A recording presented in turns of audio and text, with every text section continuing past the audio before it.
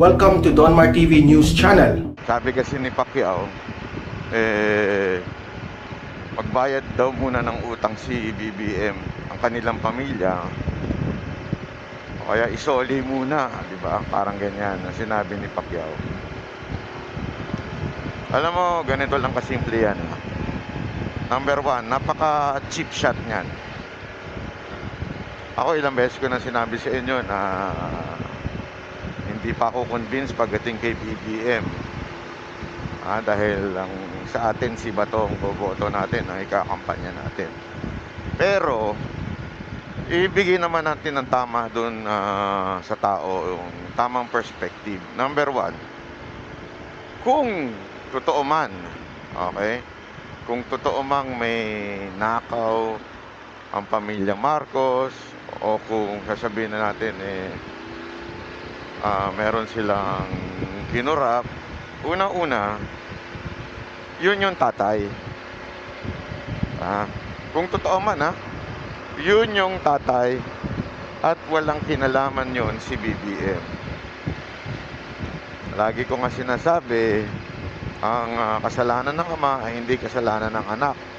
Ganon din patungkol sa success ng tatay. Ang success ng tatay ay hindi success ng anak. So, wag natin i-angkla lagi ang pamilya o yung family ni BBM sa kanya. Iboto natin siya according to his accomplishment, to his plan, yung kanya, wag dahil sa tatay niya. So, ganun din pagdating sa kasalanan. Kung meron man, paulit-ulit ko sinasabi, kung meron man.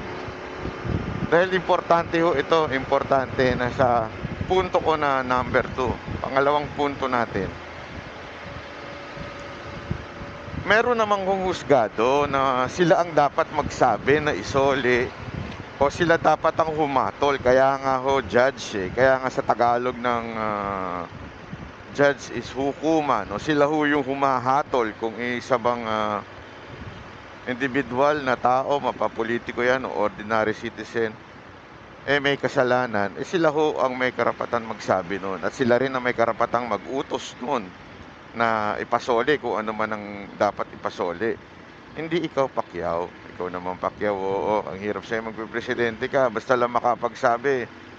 Yan ang problema sa mga politiko kaya nakakainis minsan lalo na yung mga tumatakbong presidente. Minsan hindi nila alam kung ano yung proseso ng ating politika o ng ating bayan o ating gobyerno.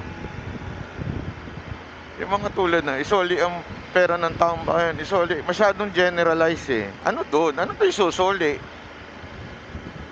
Di ba? Parang kung meron man, husgado magsasabi nun, hindi si Pacquiao, hindi yung presidente.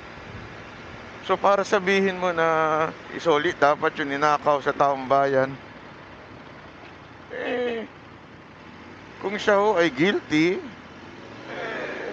hukuma na magsasabi nun. Hindi ikaw, Pacquiao. Ang bihira ka naman Kaya na lang din talaga pinagtatawanan ka Kasi yung mga sinasabi mo wala sa hulog. Ang hilig mo sa ganyan yung masyadong tulad dati, sinabi mo, ninakaw parang may sinasabi ka na mas corrupt ang gobyerno ni Pangulong Duterte kesa sa noon kay Pinoy.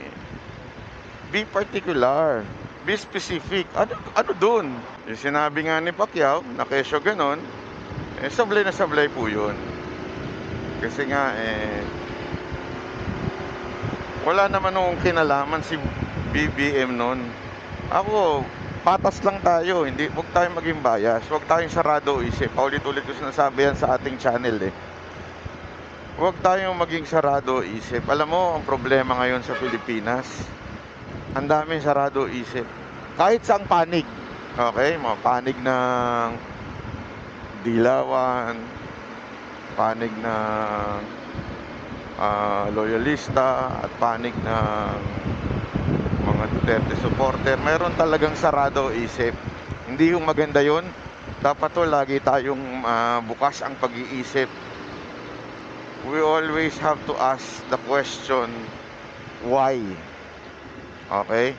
Hindi lang yung basta, oo, okay yan, sinabi kasi. Kasi tulad halimbawa nitong merong nilabas itong yung isa sa mga membro ng group na Manila Vegans.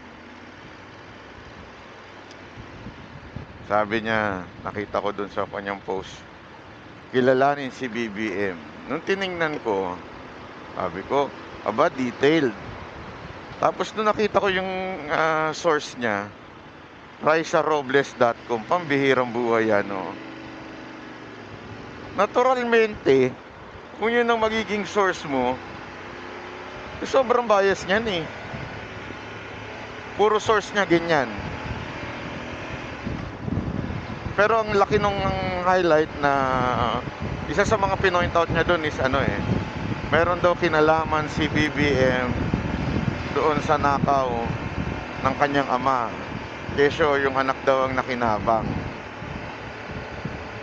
Ay nako, napaka sabi ko nga, Raisa Robles pa ang sulat nun or something. Ganito ha. Una, hindi lang porket sinulat, okay na. Kailangan basahin nyo yung details. Kasi pag hindi mo binasa yung details, ay naku po. Diyan nagkakaloko-loko. Puro headline lang binabasa, pero pagdating sa loob, hindi naman naintindihan, o kaya hindi binasa. Mapapahama ko kayo dyan, mape-fake news ko kayo.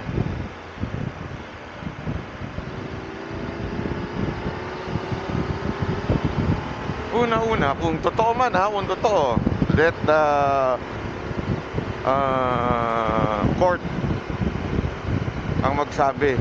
Kung totoo man na merong ninakaw si Ferdinand E. Marcos, si dating Pangulong Marcos,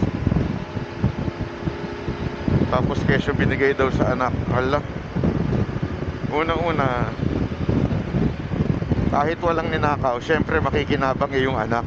Anak siya. Syempre yung mana ng Pero yung kung meron mang kasalanan, hindi naman pati yun namamana. Ano to?